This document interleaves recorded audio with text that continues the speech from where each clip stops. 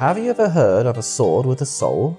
This is the tragic tale of Gan Jiang and Mo Ye, the husband and wife swordsmiths who defied a king and paid the ultimate price.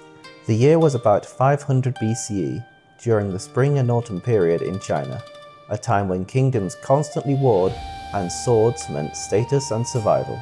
A man named Gan Jiang was one of the greatest swordsmiths of the era.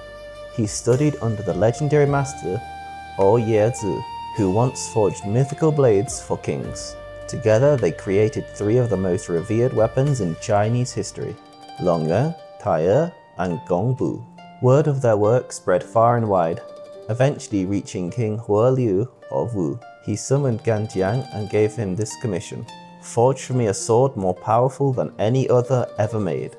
The king even paid him in advance, but warned, if the blade was not ready on time, Gan Jiang would pay with his life. Gan Jiang went to work immediately. He collected the rarest ores, five-fold refined iron, and essence metals from the 6 directions. But months passed, and nothing would melt. The furnace stayed cold. The iron remained solid. He knew he was running out of time.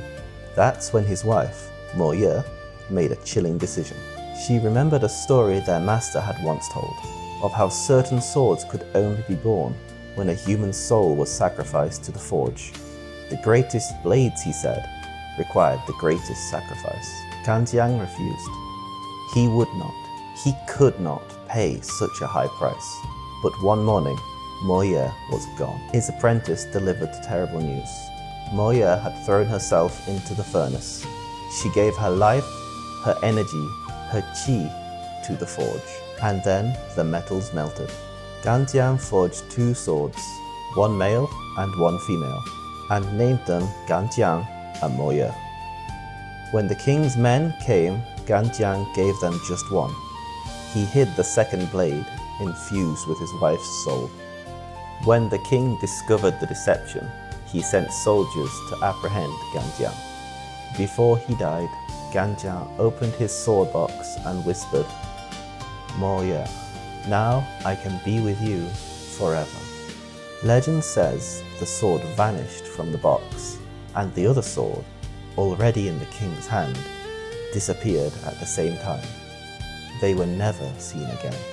Did the sacrifice of a human soul really make a furnace grow hotter? Well, maybe. Perhaps the fats in the human body could indeed raise the temperature high enough to melt iron in an ancient forge, and the carbon in hair and bone might be beneficial in forging. But for the people of that era, it wasn't really about chemistry.